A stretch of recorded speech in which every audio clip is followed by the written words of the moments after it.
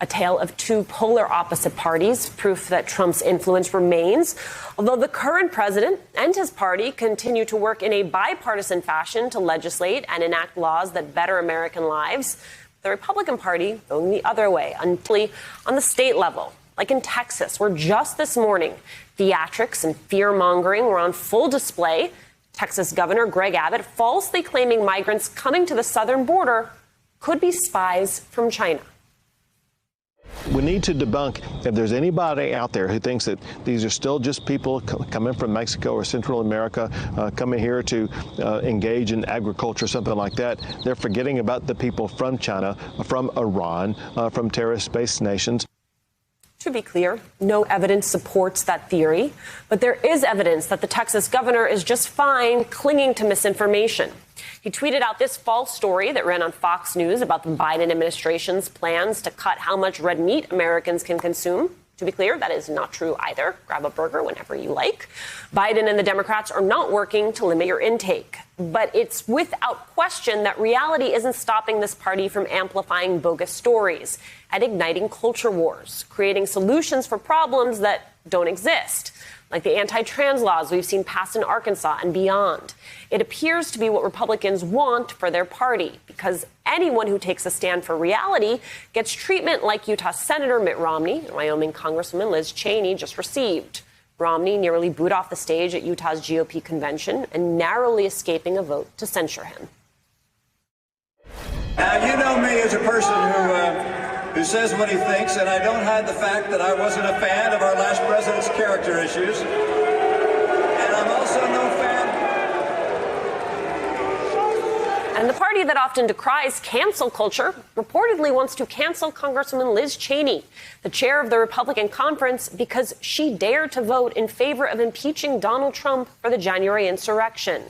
Her fist bump with the president at Wednesday's address probably not helping either. With me now, MSNBC Political Contributor Eugene Daniels. He is a White House reporter for Politico and co-author of Political Playbook. Katie Paris is the founder of Red, Wine, and Blue, a nonprofit group that aims to educate suburban women about progressive policies. And Max Boot is an opinion columnist for The Washington Post and a senior fellow for national security studies at the Council on Foreign Relations. Good to see you all. Max, I want to start with you. In your latest Washington Post opinion piece, you write, the Republican Party is increasingly catering to people who live in an alternative universe of false narratives spread by media outlets such as Fox News and Newsmax and on social media platforms such as Facebook, Twitter, and Google YouTube. A major political movement becoming completely untethered from reality is terrifying to see and often accompanies the slide into authoritarianism. Max, talk to me about that slide.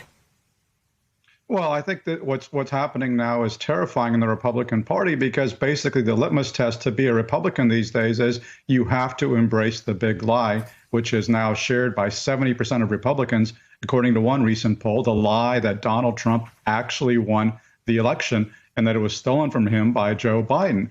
And this has become, a crucial, basically a centerpiece of the Republican Party. Anybody who dissents, as Mitt Romney did, gets booed and heckled, or as Liz Cheney has done, she's in danger of losing her position. And so the Republican Party is increasingly becoming an authoritarian party, which has more in common with ruling parties in places like Hungary and Poland and Turkey than it does with traditional center-right parties like the Christian Democrats in Germany. And of course, when you're becoming an authoritarian party, you have to spout and believe a lot of nonsense. And so they're just flat out lying. They're making stuff up like Joe Biden has a plan to ration your meat, or they're distributing Vice President Harris's book to migrants. This stuff is just not true, but Republican politicians parrot it. And then when it's caught, they don't take down their tweets. They don't apologize. They just move on to the next falsehood. And so, as I said, I think this is a very scary predictor for the future of American democracy, because, scary as the Republican Party has become, they could well be in power in Congress 2 years from now.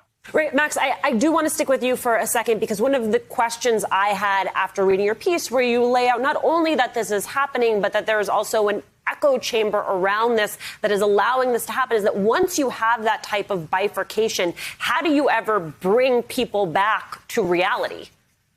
That's a great question. I'm not sure we have a great answer, because you're absolutely right.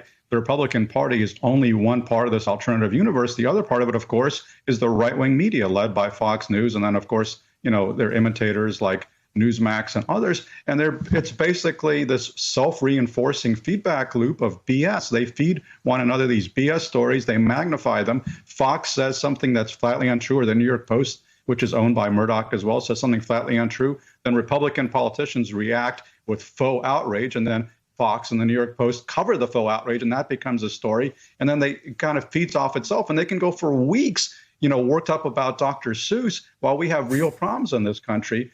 And unfortunately, there's millions of people who take their cues from these sources, and they don't believe anything they see on MSNBC or read in the Washington Post. They believe this utter nonsense that is being peddled by Fox News, or being peddled by various right-wing commentators on Facebook and other social media. This is incredibly dangerous. We have to deprogram millions of people, and I'm not sure if that's going to be possible.